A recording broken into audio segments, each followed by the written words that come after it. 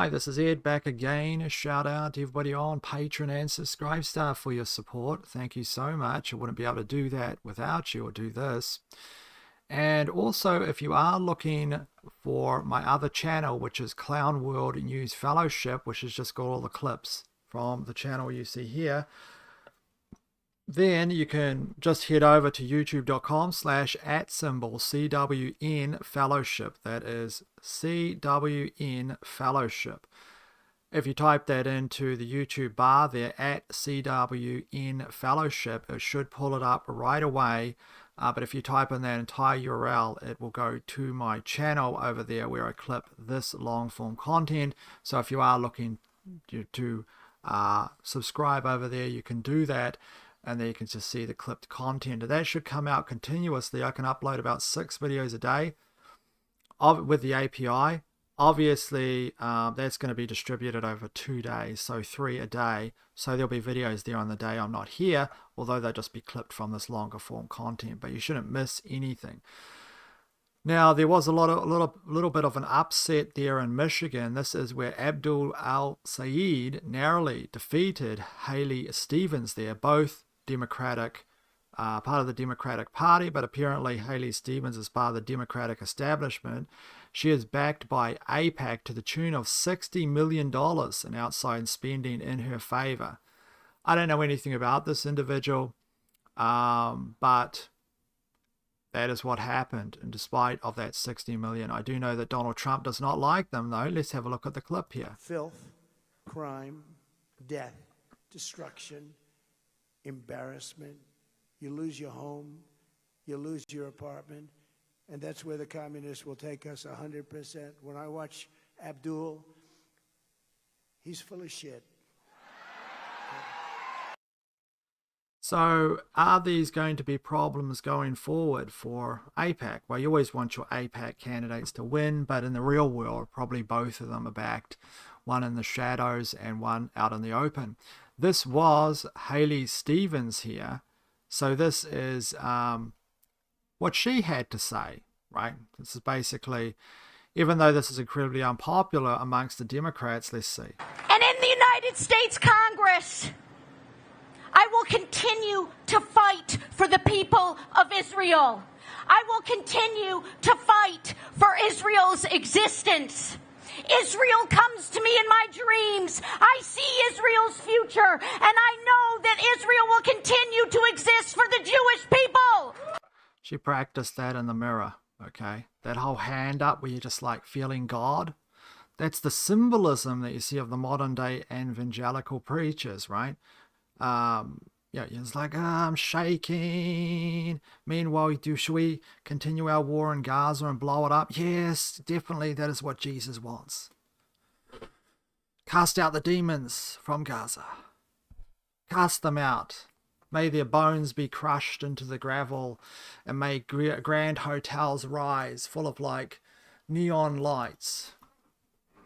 Is that what Jesus would want? Is that what the Jews in Michigan want, or the people around there that she apparently is preaching to? Do they want that? I guess not, because she didn't get voted in. But then, what does this person want? Don't know. See, of course, is the trick to making people feel like they've got a choice.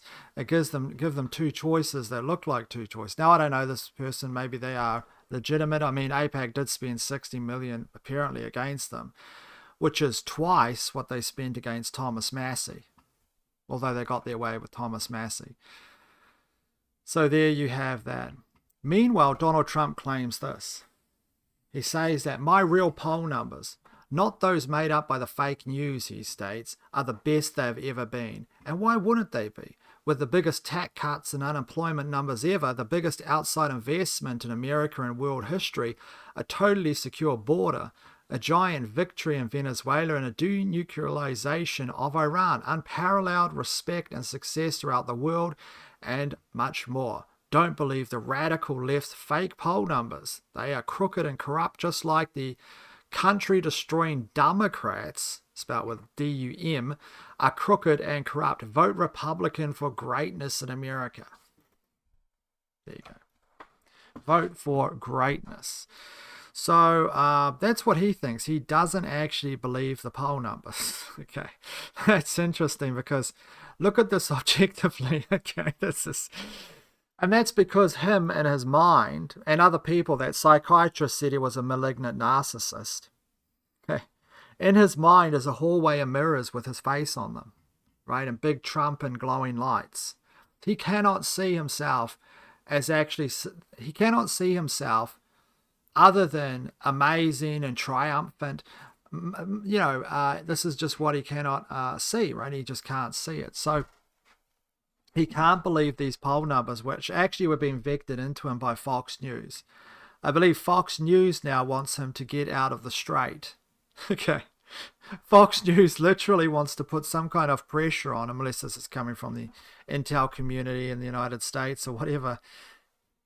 Maybe. Who knows? But put pressure on him in order to not destroy the entire world.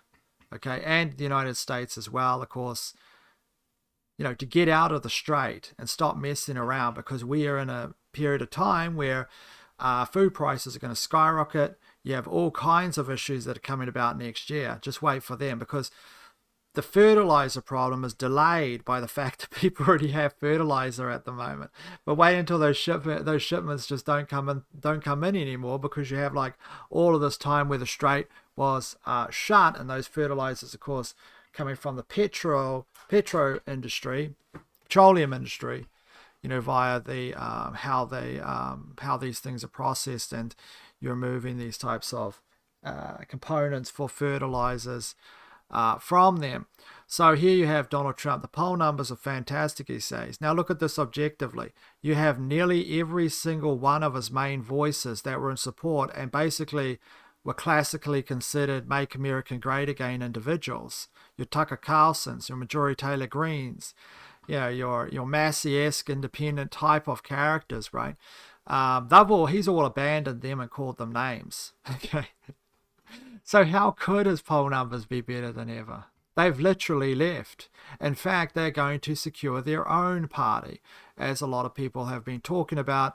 This is Joe Kent, etc. You've seen this on Piers Morgan, talking about a new coalition, most probably, one that's anti-war Democrats and anti-war Republicans, young voters, veterans, people that are just sick of wars. And Cenk there, when he's talking, is nodding. Cenk is basically what's considered on the other side of the aisle, but recently there's been this kind of like back and forward where they have been on each other's shows. For instance, you've seen Anna Kasparian on Daniel Davis Deep Dives, or talking to him. You've seen, this back and forward, right?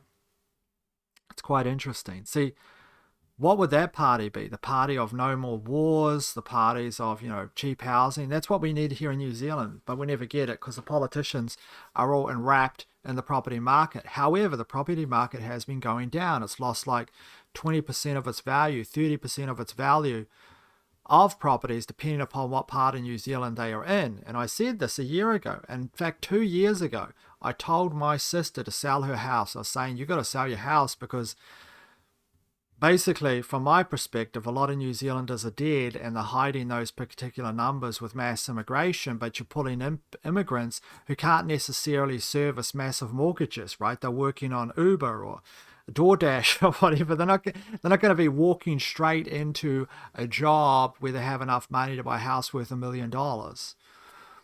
So my sister's house was something like 900,000 New Zealand dollars. So it wasn't like a mansion, that's probably something like 500,000 US or something. But it had gained a lot of value over the past 30 years. Okay, a lot of value. But now it's lost like 40% of its value. Because there's no one buying houses, right? Everything's expensive. Even if you have the money, but everything feels expensive, you're less likely to probably spend just because other people are finding things expensive. It's just kind of like, it's like a subconscious thing where prices are rising. It's not a safe place to do things in. So here you have it anyway, those news parties in the United States, they are happening. But let's go back here to Donald Trump, who says his poll numbers are amazing. First of all, First of all, here is the Hormuz letter, and this was talking about what Iran is demanding for a deal. Iran is demanding a fee of 7% on all commercial ships passing through the Strait. Chinese and Russian vehicles are exempt from those vessels are exempt from those fees.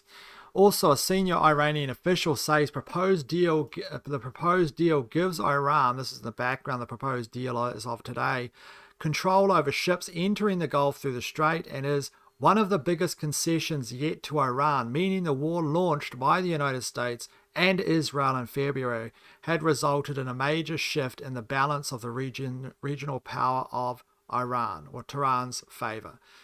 Another Iranian source, however, was cautious, said the devil is in the details, and that a single tweet from Trump could cause the whole thing to collapse. Apparently the deal's going on in the background. Of course, what do you need a deal for? Because Donald Trump said he's won the war like 40 times already. And by the way, what did Donald Trump get out of it?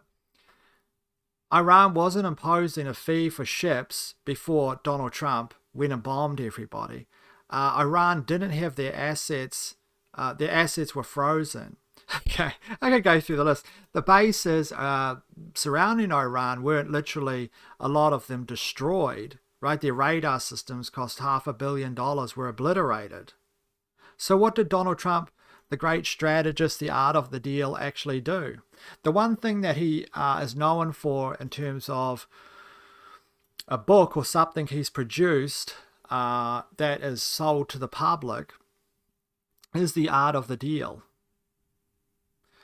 Imagine the humiliation if the press choose to play it that way, that would happen to Donald Trump should he exit. The humiliation. As I've said before, I believe that literally the real strategy is to keep everything as it is. In fact, to bring up prices high enough to justify, to make it viable for Israel to suggest, hey, let's put the Strait through Israel. Let's forget about Iran. Let's forget about it entirely. You won't have to worry about them anymore. We'll just move it through us. And which Bibi suggested the other day, Benjamin Netanyahu, saying, we can form a new Strait through Israel.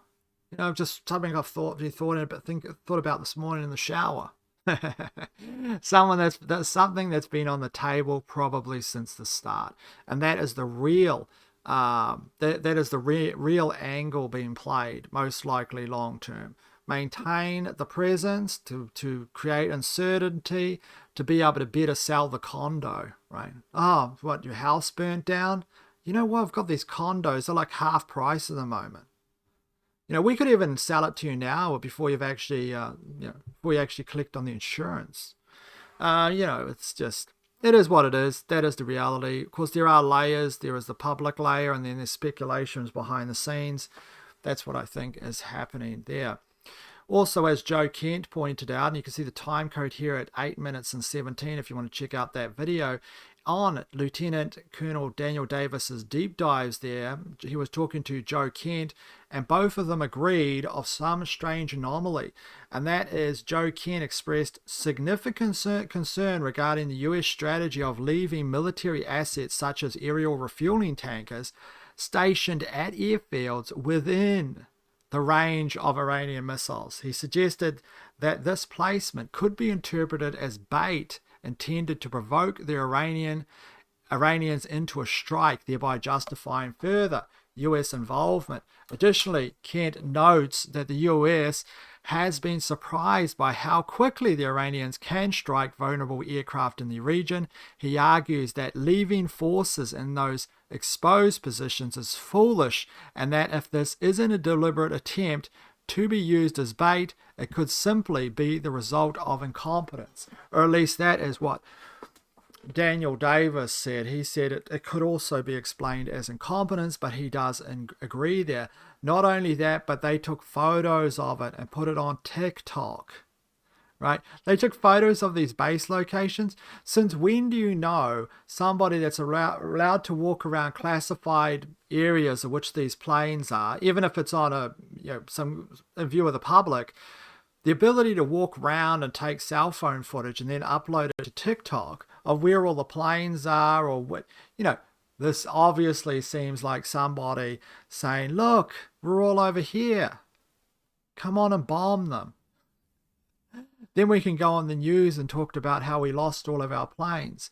I don't know if that's what would be happening, because Trump would look like he just looked like a lunatic, and he doesn't like to look like he's lost anything. He was not even telling the truth about that pilot. The actual fact is it wasn't a downed pilot who was climbing over the Rocky Mountains, who you're not allowed to interview or never know about. Remember that? And it looked like an AI photo of the pilot. No, they were out there in Iran trying to build an airstrip so they could pull in heavy equipment and start a sudden search, which wouldn't amount to nothing, right? Absolutely nothing. Because this isn't like, they're not fighting in Afghanistan. You can hit them for Iran has supersonic missiles, okay? They must have them. We've seen footage of what seemed like supersonic missiles. A couple of them go off. Of course, people will disagree with that. Some people did. Some people thought that those were supersonic. But, they could just blow them apart from the air. Clearly, Iran has satellite data coming in from China. Even if it didn't have that, it can launch like drone systems that can be so high up in the sky. This isn't like the Taliban, right?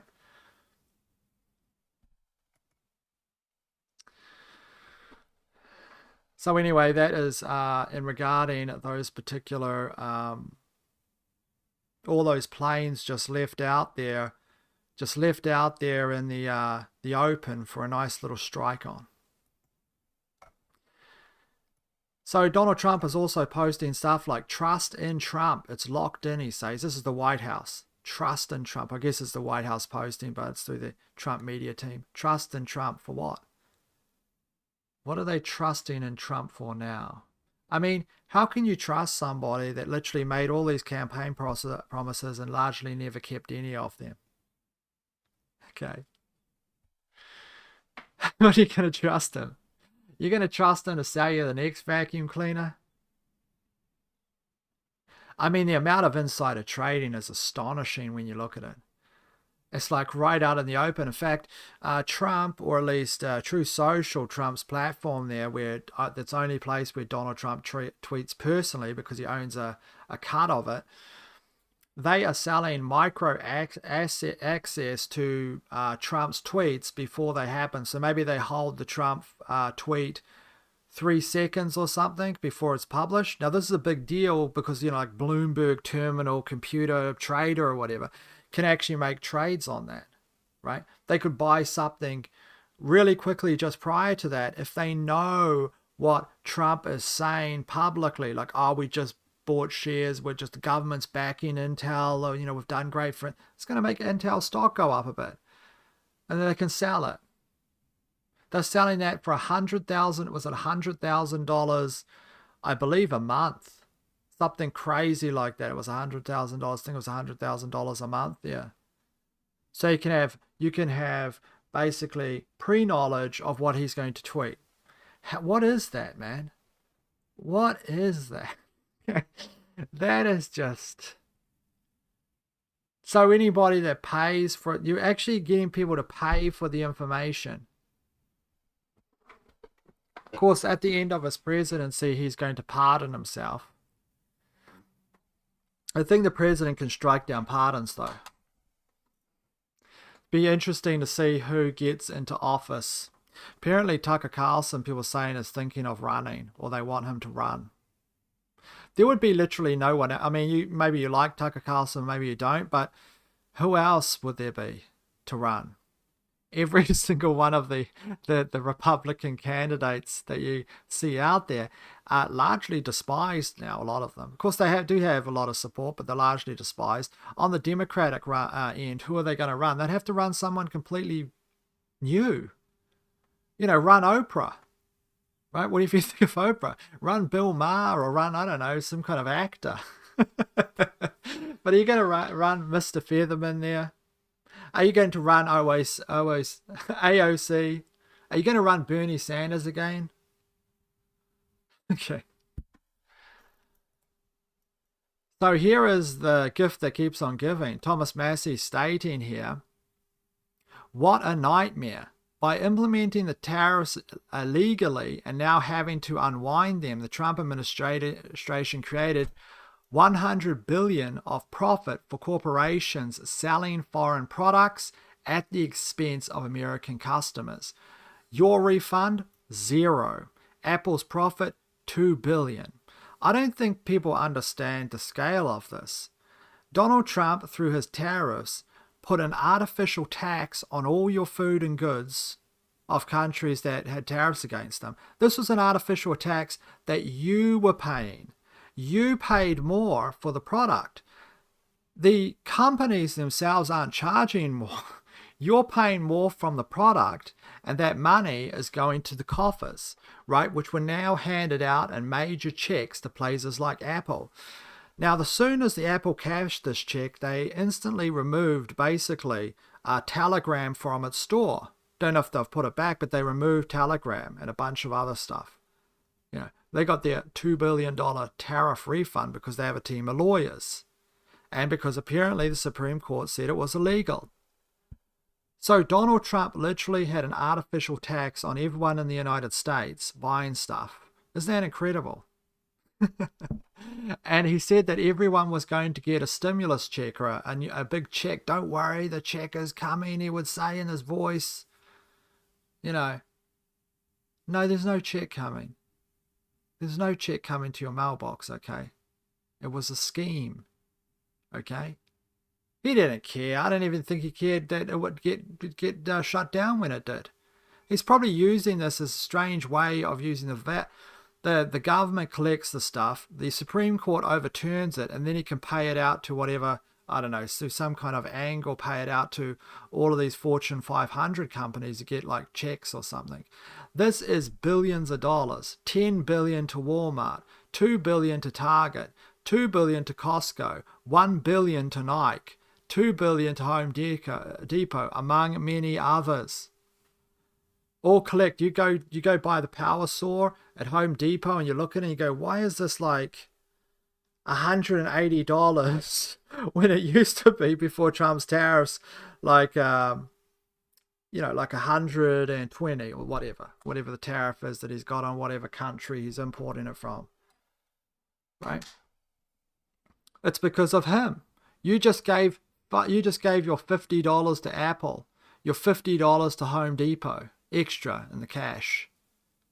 That's what happened. And that's why you have to get people like Thomas Massey out of politics. 2.2 million views, but a reminder from Donald Trump, his poll numbers are the best they've ever been. Right, the best I've ever been. I can't do his voice. It's like, the gravelly voice he's been doing, he does only sometimes. So he says they're the best they've ever been, his poll numbers. Okay, everyone that says they're not the best are fake news. Also, have a look at this. This is the little meme going around. Someone took a photograph of some Kirkland, I guess this is beef, boneless beef. This is beef, lion, New York steak, boneless, so it's been deboned. This one here is beef, New York steak, boneless, so the exact same steak. You have the same number there, 33593. And so in August 2025, this cost $78 US, which is quite expensive, obviously, but it's a very, you're getting 15 pounds worth of meat. I don't know how much water is in there. I did eat beef in the United States, bought beef, and it did taste pretty good to me. So it's all grain-fed in the United States, unless you get grass-fed, which is more expensive. I'm only saying that because in New Zealand, all the beef's grass-fed.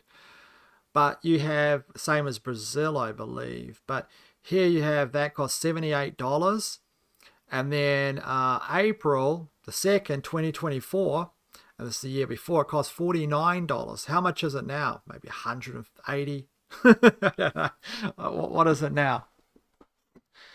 See, there's $50 back then. That's reasonable for that much. I guess this is just showing the differential. Mind you, that says 10 pounds. This says 15 pounds. Okay, so there's a little bit of a discrepancy there. Net weight. Oh, sorry. I made a mistake. It's 5 pounds there. That's 5 pounds, and there's 5 pounds over here. So that is the unit price has gone up by 1/3.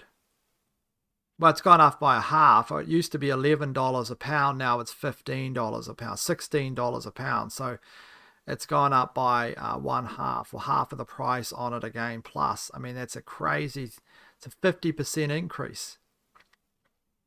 Right, it's 50% increase on that, and that's 5 pounds. So I make a mistake. I made a mistake. I thought that was the pounds there that it was the weight, but it's actually 5 pounds, which is pretty expensive. But it would probably be, I'm trying to think what it'd be here in New Zealand at that. It's about 2 kilos. So yeah, it'd be about round about. That would be right. Yeah. Of course, our steak's gone up. You see, go on, tell them inflation. This person says inflation is only 2%. Don't worry. Of course, because down here it says he's got the greatest economy in the world. He's like with the biggest tax cuts and unemployment numbers ever. Tax cuts? He was charging people an artificial tax up to like 30, 20% or whatever. It was largely 20% something, depending upon where it was. Don't know what Canadians were being taxed on different products. But let's say Canada, it's like 20% or something, depending upon what tariff he had. You were paying the extra 20% tax. You're paying it to him. He's hilarious, isn't he? He is hilarious. Matt Walsh even came forward. He says, grocery prices are insane. It's 4th of August. They're still rising. Addressing this problem should be the #1 priority of every elected leader. End the stupid foreign wars and focus on the issue. It's one of the main reasons socialists are gaining power. True. True. If no one can afford anything, right? If no one can afford a house, no one can afford... I don't even know what system this is. Is this a capitalist system? No, it's not really a capitalist system anywhere in the Western sphere anymore. It's just it's crony capitalism. You can see it in every country, here in New Zealand, Australia, whatever. The corporate sector is directly linked to politics, right? And they just have run a revolving door. This isn't even a free market. I'd love to live in a free market if there was actually a free market, but of course there's not. I mean, they talk about banning AI systems that are answering you questions. Okay, they're burning books. The AI companies are literally destroying books when they digitalize them, and they don't have to destroy the original. They just choose to destroy the original. I mean, that's a story in a dystopic novel called Fahrenheit, which I mentioned the other day, Fahrenheit 451. Which is the temperature at which paper ignites, apparently.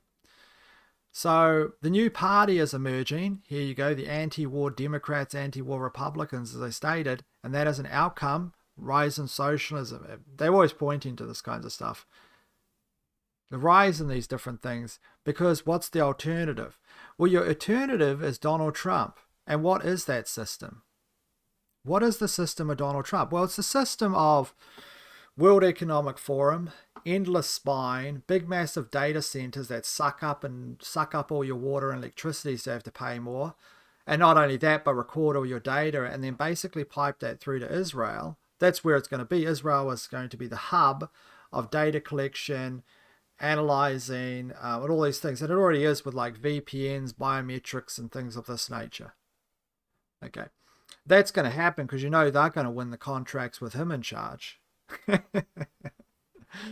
Wonder if any of those companies are actually on the stock market. We could track them down. I can't be bothered, but that is he's the president, basically president of the interests of the World Economic Forum. You don't hear from Klaus anymore because he's just carrying out the agenda. And so on and so forth, and you get the picture. Endless Wars is the candidate of Endless Wars when he lobbied on the one that was going to end Endless Wars. That's why I always say it's mirror world. It's the complete opposite of anything they say is actually true. That is the laws of mirror world. What are you up to? 29 minutes. So I talked about this the other day. I just did a quick video. I don't really post on the Outer Light anymore. It was like 5 months later and everyone was saying, hey, you're back. guess that no one's seen the numerous amounts of videos where I said I was over at this other channel, but whatever, everyone, it was like endless message of like, hey, you're back, you're posting here again. Where have you? I thought you were dead. Well, dead inside. It's a joke. Dead on the inside only, I'm afraid. That is a joke, actually. I've gotten used to with this world now. I understand it perfectly. See, it was like I was Oliver the Twist and I was saying, please, can I have some more? But the actual world was, you're lucky to get even like a tiny fraction of a spoonful, and you better run. You better run. What's that song? Run, run. I don't know. But yeah, you better run behind that pillar before you get destroyed by these laser beams. That's the real world. It's not Oliver Twist coming with a bowl and say, please, sir, can I have some more? No, that bowl gets smashed out of your hands. You have to get out of here. That's the real world. It's an Oliver Twist. It's where all the kids, Fagin's kids, it's not Fagin's kids aren't like stealing watches and stuff and sitting around with Fagin, and Fagin like sells something and then gives them some bread. No, Fagin's harvesting their organs in the real world and selling them off. That's the real, he's taking them in the background and giving them like cocoa mixed with some kind of I don't know, some kind of drug to knock them out so they can steal their kidneys and heart and then throw their body into the Thames. That is the real world. Of course, that's not actually funny, but that's literally what's happening. Anyway, so on the other channel, I did a video which was called, which was about this, which was the White House pushed this video out, which was called Silence Your Cell Phone, Sit Back, Welcome to the Golden Age. You know, even I'm starting to take a shine to these posts. It's like he's a troll. He knows that everything's falling apart, but he's telling you to come to the golden age. Anyway, what was interesting about it was, well, I'll show you here. Here's the opening of an AMC commercial which stars Nicole Kidman.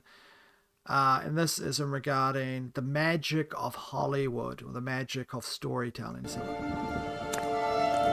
we come to this place for magic.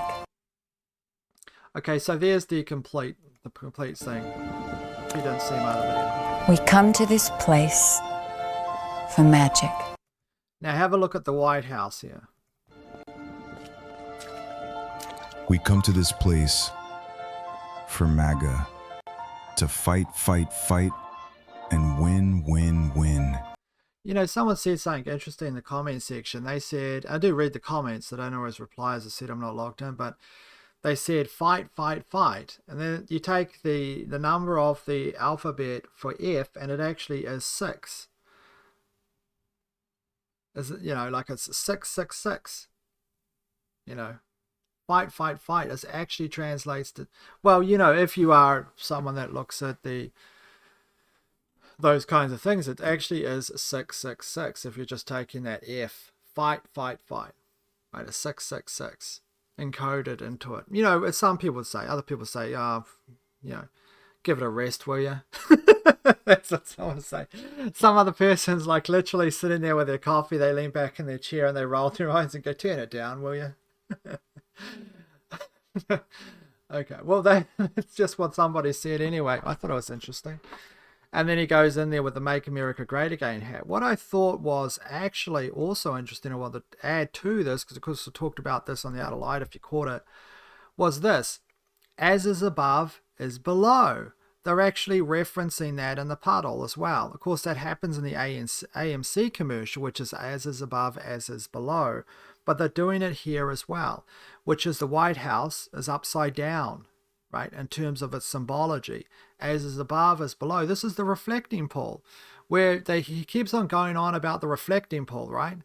Reflecting pool, reflecting pool, reflecting pool. He keeps on going on about it.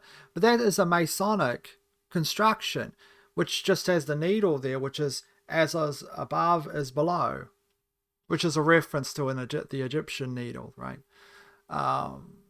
And that is as is above, as is below. That's why it's there. And the street maps are set out, as I've gone on about. I'm not going to go on about in this video, but they're set out by Masons. I'm not saying this is like, this is sacred geometry and all kinds of things like this, but that's what's been there, the beginning of it. We come to this place for MAGA. And he's saying MAGA. Now, MAGA is interesting because MAGA can refer to a female magician or a witch in some context, particularly in the Colombian Spanish. So he says, come here for MAGA. Now, MAGA is directly exchanged for magic. We come to this place for magic.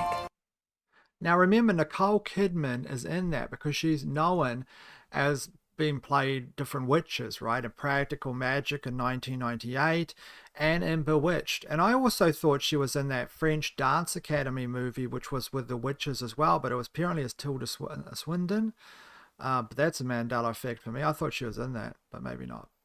Anyway, she was in Bewitched and Practical Magic, as you can see here. And kind of interesting, right? Because you've got those two lines. We come to this place for MAGA, and then we come to this place for magic. And some people say, well, it could be a parody on that. But why have the parody even reference that why even have it reference that? It doesn't even make any sense unless you're kind of like something weird else is happening here. And of course, people have seen this whole thing. Now, my other one had a accelerator issue in the browser, so it was coming out very sketch. So let's play a little bit of this here. To fight, fight, fight, and win, win, win. Because we need that, all of us. The indescribable feeling we get when we hear the national anthem. Of course, as I said in the outer light, he shut down the actual investigation into Thomas Crooks, and now they're saying the national anthem. And this video comes out as the national anthem goes viral, and that was with that the 85-year-old lady who had obviously had vocal problems singing what is considered the really bad rendition of the national anthem, right? And so let's keep on going. Hear the national anthem and stand together. By the way, what is that strange cross there?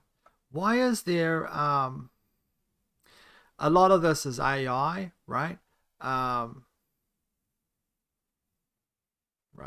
Fight, fight, fight, he said. What's the number of the beast? And stand together, stronger than ever before. Under this administration, we're going somewhere we've never been. We aren't just watching history, we're making it. Rebuilding our country. He does remind you of like a Teflon candidate, doesn't it? Nothing sticks to him. Make America great again. Did he? So look at this. This is the golden age. Reader, welcome to the golden age. Of course, you can go watch it on your own time. I don't want to watch it again. But yeah, as is above, as below. And you have it here.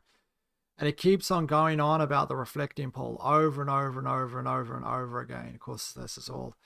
I could go into the symbolism of it, but I don't want to. And then you see as is below, as above. That's what the reflecting pole is. That is the Masonic symbolism there of the reflecting pole, right? That's why you have George Washington and those things where he has one hand up and one hand down. Well, sorry, not George Washington does. There is a picture of him, but not George Washington, but actually it was a statue of Baphomet. I actually like George Washington, so don't get me wrong. I think a lot of the Masons and a lot of the, they gave, in the United States, you have the right to bear arms, freedom of speech, very beautiful concepts coming out of the Enlightenment, right? But I mean, Baphomet, he holds his hand, one finger up and then the other finger down. As is above, is below. I'm not saying the George Washington concept in terms of Freemasonry has anything to do with the modern one, or vice versa. Things change over time, right? One thing that's interesting, though, is the upcoming eclipse on August the 12th. Now, the upcoming eclipse on August the 12th is a very, very important eclipse. Yes, it's a big one, and it's in 6 days.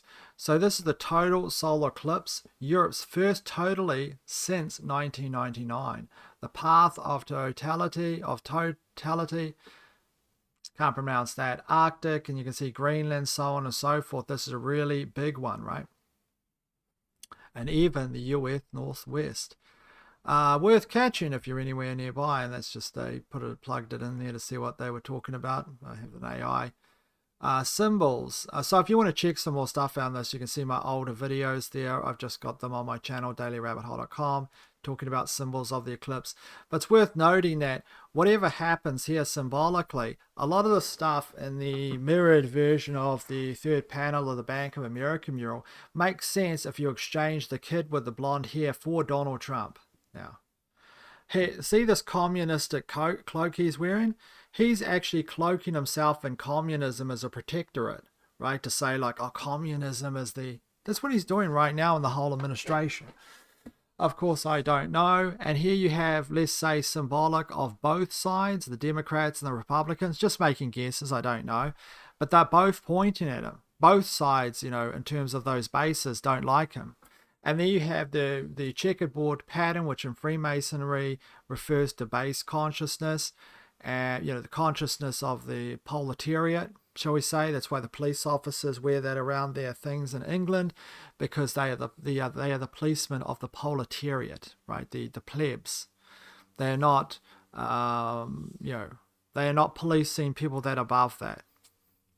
So you have the base consciousness there, but it's red and white, as if there's kind of like really disturbed. I think we can agree that most people's in this world where it is very disturbed at the moment.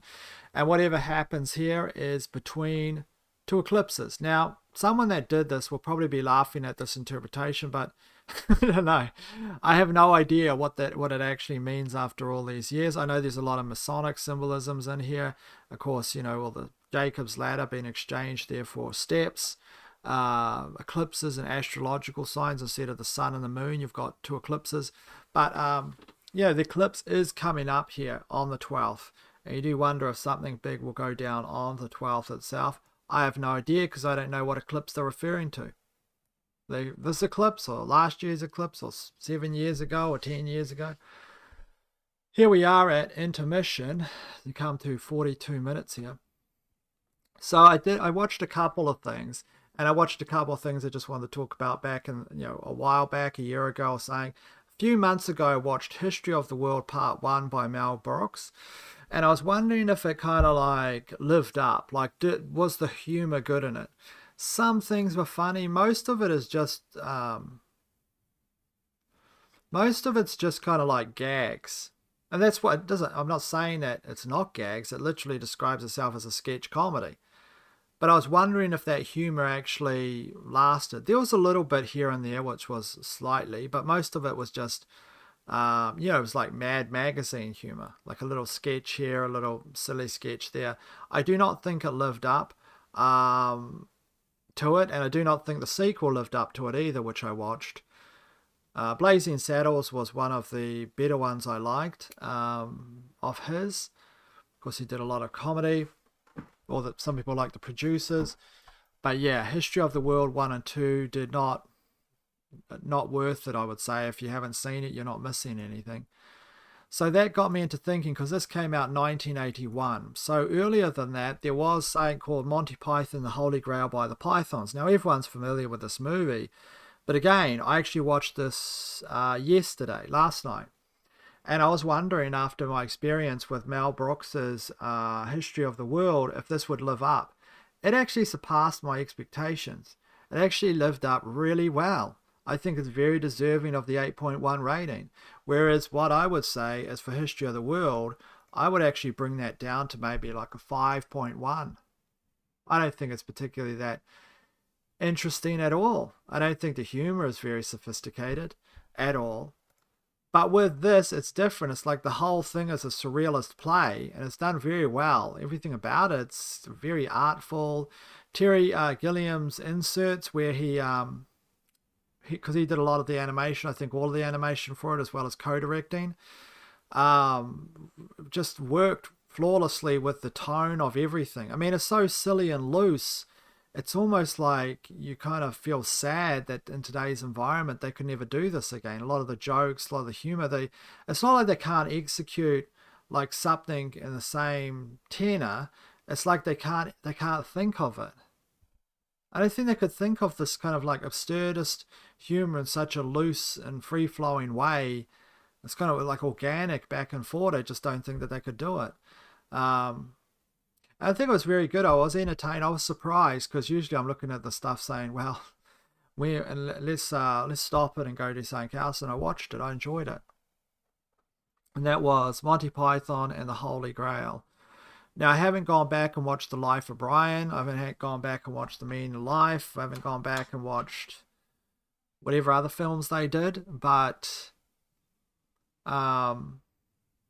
yeah, I mean, I will start with that one. I'll tell you what I think of the other one. But so far, so good. Now, I did watch Terry Gilliam's Brazil last year.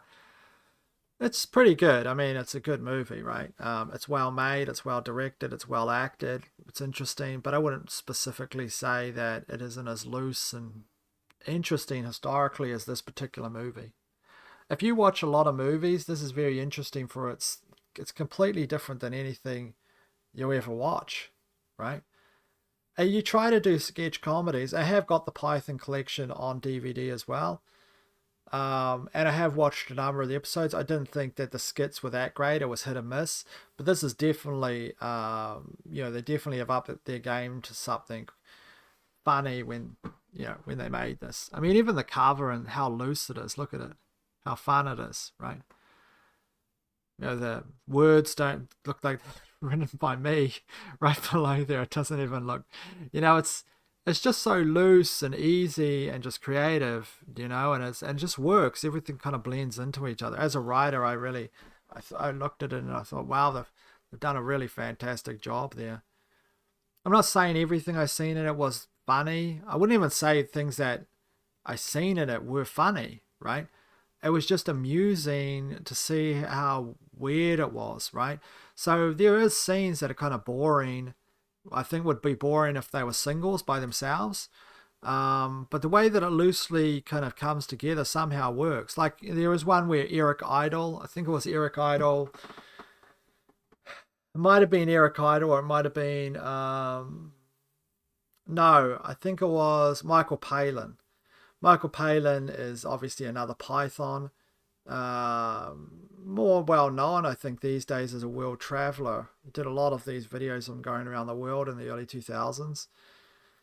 And he went everywhere, But Michael Palin, I think it was Michael Palin, I'm pretty sure, he went to this kind of like castle which had all these women in it, that was kind of lusting over him. And I was watching that and going, man, I've seen this a million times before.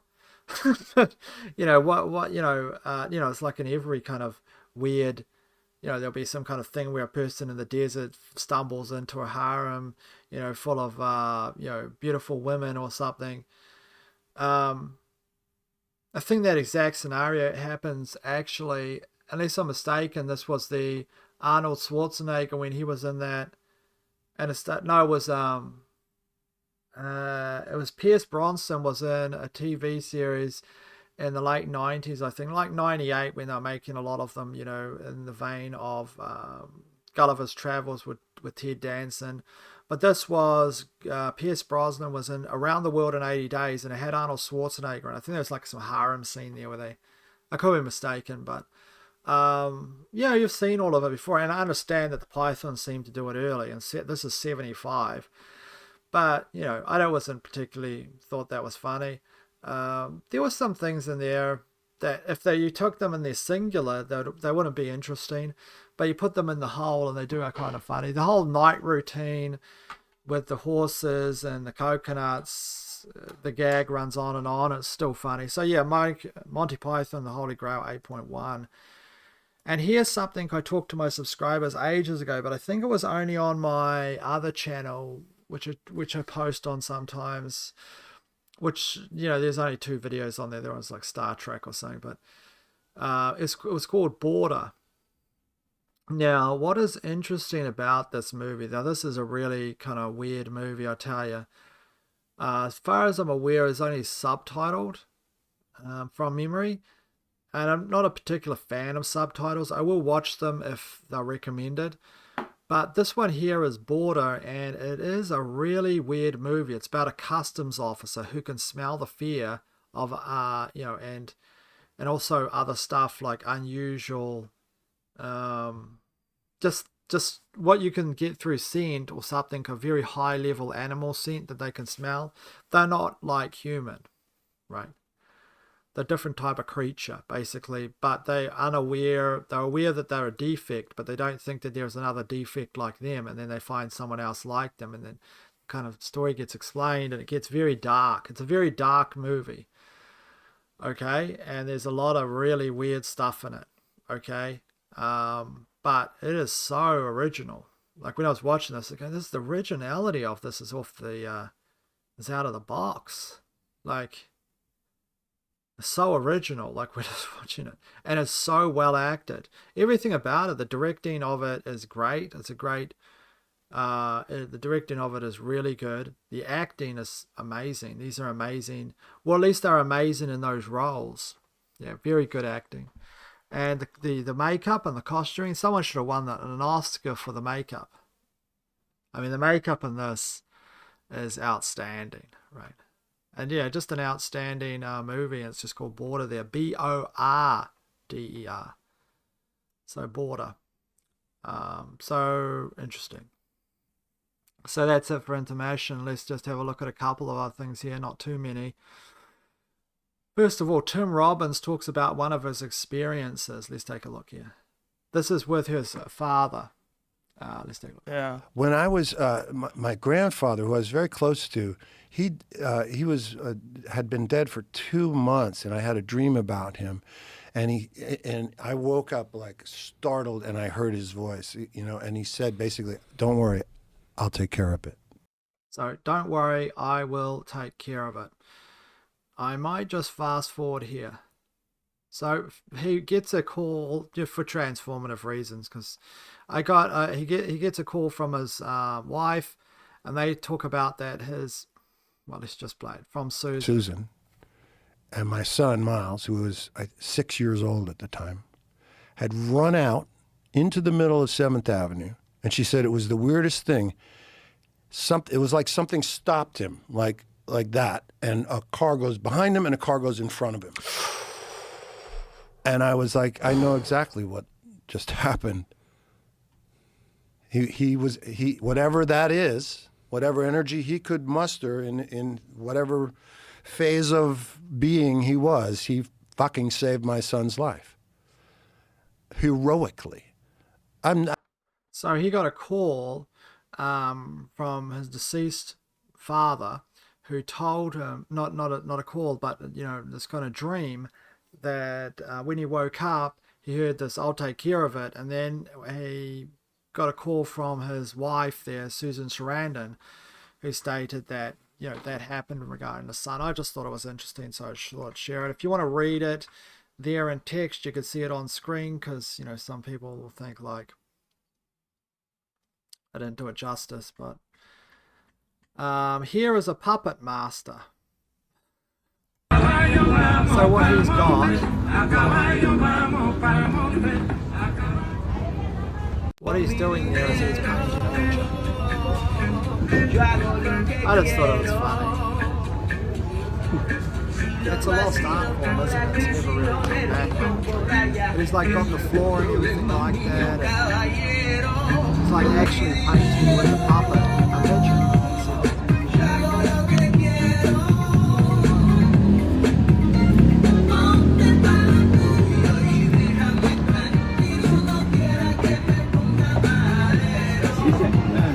I just thought it was funny. Here's when a moose arrives. Look at all the cows.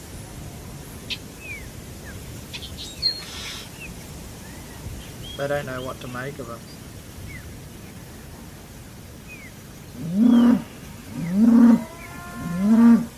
He's not very aggressive to them, is he?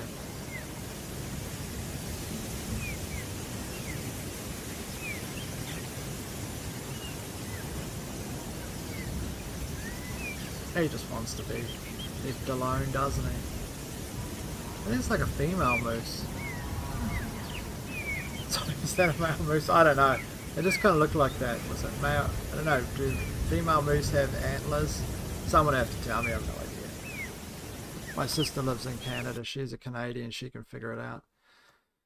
So here is your...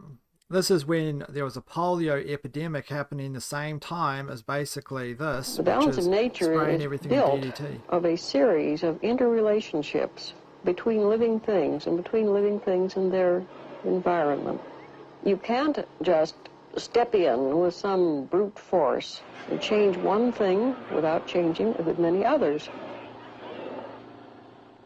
Now, this doesn't mean, of course, that we must never interfere, that we must not attempt to tilt that balance of nature in our favor. Yeah. But lead acetate. What else have you got in there?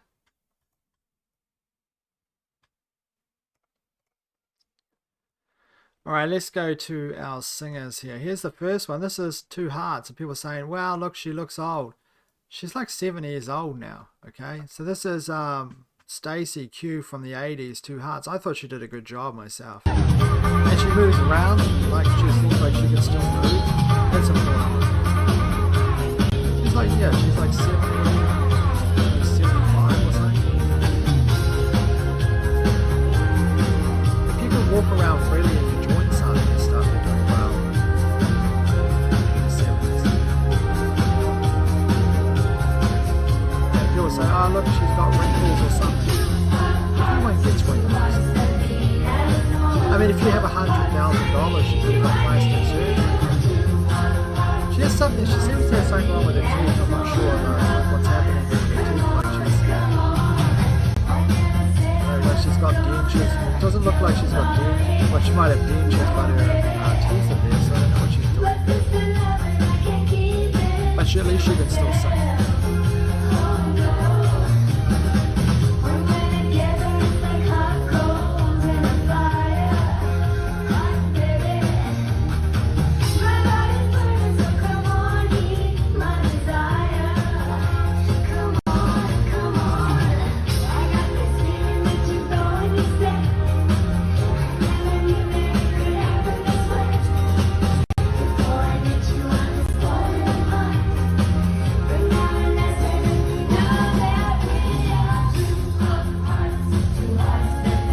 People that listen to the song that like it, right? They just want to see her back. Here's Rick Springfield, who looks pretty incredible for 77. A lot of people have been saying he looks like he's what, in his 40s or 50s. Let's take a look at the video here. Oh, make it a bit bigger. Now he was in Buck Rogers, wasn't he? Let's take a look.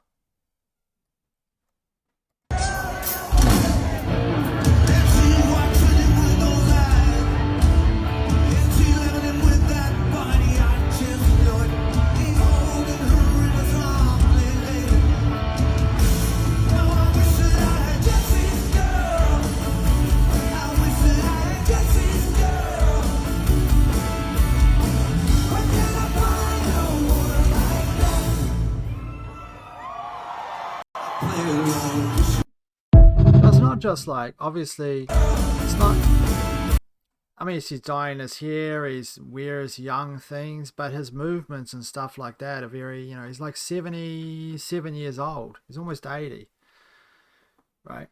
So if you're asking what Rick Springfield eats, okay, in terms of diet and exercise, yes, he does work out. This is what his fridge looks like. Hey, here's another pro tip. If you're ever involved in doing these promo things, you can go to celebrities' homes and get things in focus, okay? The actual name of this from Men's Health is called the gym and fridge or something. Literally half of it is what he eats. So the camera kind of pans up real quickly. This is the best shot you have of the fridge, out of focus, straight to him. And then he tells you what a couple of things he's got in the fridge. We can't see what's in the fridge because you don't take even 1 second in order to sit and look at the fridge. It's just so stupid. It's like our world kind of like. Anyway, I can tell you what he eats here. It's just basically, it's just generalized healthy eating, right? It's like, you know, vegetables. He said he doesn't eat dairy, so he goes for like soy milks and almond milk, which of course people that are anti-vegetables or anti-milk say are poisons. People from carnivore say it's poisons. I'm still going with the carnivore diet, kind of. Well, my thing I updated, and I know this is why everyone, everyone has a problem with me talking about this stuff, but now you have the other channel you can go to. You can go over there. The thing about it is that, well, now I exchanged out rice. I got rid of rice. I felt that rice, it's good, but it's what I did is I switched over to Paul Saladino's approach, and that is fresh fruit, obviously, and then meat. So the fruit I have is pumpkin, right? So pumpkin is a fruit. Some people say it's a vegetable. Obviously, you can make a pumpkin soup. Well, whatever, right? It's got seeds in it and it grows above the ground, so it's largely declared as, like a fruit or something, like a cucumber. But yeah, I mean, I think that definitely feel a little bit better having that instead of the rice, and then just basically red meat, right? Red meat and chicken, like I say, that's about it. And I do eat some dairy, although I'm definitely thinking about getting rid of the dairy. I don't have a problem with dairy, but I have noticed, like, I just don't think that it's 100%. I don't think you can feel as good. Plus, I only drink about 3 of my little milk and 1 teaspoon of sugar a day. But anyway, there you are. I don't think there's anything wrong with. Well, he looks great. I mean, say what you want about the plant-based diet, but I remember Jane, what's her name? Jane and I think it's Jane Effelstein. Well, there's Dr. Effelstein, who's leads the plant-based diet, forks over knives kind of stuff, improving people's cardiovascular health with plant-based diet, which I definitely think is true. I mean, they've got the scans in order to prove that, and the testimony from the patients who had heart attacks in like the late 70s and are still around.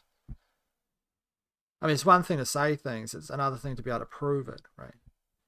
As far as I'm aware of, looking at all the information, they have proved it. I do think it's the stuff in between, like all the processed foods, probably flour, although I don't seem to have a reaction. Flour and grains and stuff are probably bad for you these days because of the whole, the way that they spray pesticides on everything, glyphosate on everything. But with the advent of vaccinations, advanced pesticides, poisons really, it's hard really to tell, right? I'm sure if you went off to some, as I've got one example of an Indian, well, it's a football player that went over to India to this thing, but I'll talk about in this moment. So there is Mr. Rick Springfield, who's doing fantastic. And if you watch him, he moves, thinks he can. The most important, I think, example of health is that he thinks he can respond quickly. The way that he moves, the way that he jokes and interacts, there's no slowness or anything, right? So whatever he's doing, he might just be gifted with incredible genetics. Of course, on the other side of the scale, there is this video, which I played of this lady, who's been 100% carnivore. That is just meat and eggs. Apparently her entire life. I don't think she's lying, because her body language is excellent. I think she's telling the truth, but that's all she's eaten since a kid. And look at her, she's 85 years old, right? Look at the muscles. She's got bigger muscles than me. And I got a dumbbell right beside here. I need to move that dumbbell. Like do it. I've got it there. It's like kind of like a symbolic dumbbell though. It's like just there, to make me feel like I may do some exercise at some stage. I might do it, but I've got to start exercising soon. But then she's 85, looks absolutely fantastic, right? And look at the what? Oh my, wow. Give an example of what a full day of eating carnivore is like for you. Meat and eggs. Yes. That's it. Doesn't matter. Most of the meat that my husband and I eat is hamburger. Most popular naysayer comment that I get, Bella, you're just in your 20s. This diet works for you because you're young. What would you say to comments like this? I'd say I'm the normal one. I might not be average, but I'm the normal one. This is what you're supposed to be, middle-aged at 80, 85, 90. You don't have to get out there and move 2.5 tons of grain by hand every day. Just eat meat and be your best self. Keep it simple. Yes. Get your meat from somewhere, you know where it's coming from. Now, if it's a local butcher shop, ask him where he gets his primal cuts. Yeah, I mean, she looks fantastic for 85. Right? Not many people at 85 have that kind of muscle, but it's important to point out Jane Evelstein got broken off on my train of thought before. She just broke the world record, and she is 91 years old, I think 90 years old, for what do you call it when you're on the bar and you just hold on to that for as long as you can, like off the ground, you know, the pull-up. She did it for 1 minute, which is a lot, because I have a pull-up bar. And I can't do it for that. Like I said, I just have all this exercise. I used to work out. Would you believe it? In the 90s, I was like, you know, did a gym instructor course. Right? I was like, you know, I was in good shape back then. In the 90s. In the 90s, she would have been like 30. So what's 90? Wait on. 2026 now. Say in 96 would have been 30 years ago for her, so she would have been 55. Yeah. And she looks great. She's doing well. She's living her life, and you can't get better than that. Anyway, here is another diet. This is plant-based. This person went on the Vedic diet. Let them pronounce it. Ayurvedic. Can't pronounce the list. Anyway, this is that football player. Who's his name? Aaron Rodgers. Let's take a look here. He was on Tucker. I did some Ayurvedic stuff as well, like a 30-day Ayurvedic diet, and that was incredible for my system. What is that? It's just eating and doing kind of a full body flush reset like they do in India. It's their kind of way of doing medicine. And man, that reset my entire system. I lost weight. My stomach lining changed for sure. I went in being allergic to a lot of things and having like irritable bowel syndrome. I came out of those 30 days with like no allergies, no indigestion, no irritable bowel stuff. And it just like flipped. And I was what were you eating for 30 days on this? Just mostly Ayurvedic stuff. So rice, lentils, there's no meat, and I love, meat and protein, but yeah, just a lot of lentils and rice and vegetables. There it is there. You can read about it on screen. He came out with 30 days and no allergies, no indigestion. It sounds like you just don't want to eat any food that's touched by a corporation, honestly. That's the actual master diet. Don't eat any food that's touched by a corporation. All right. Well, that's it for today's video. I think we basically covered everything. I don't know how the AI is going to get any clips out of that. Just rambles. Anyway, doesn't matter. Probably get like 3 clips or something. Okay, so that's it for today's video, and I'll see you later.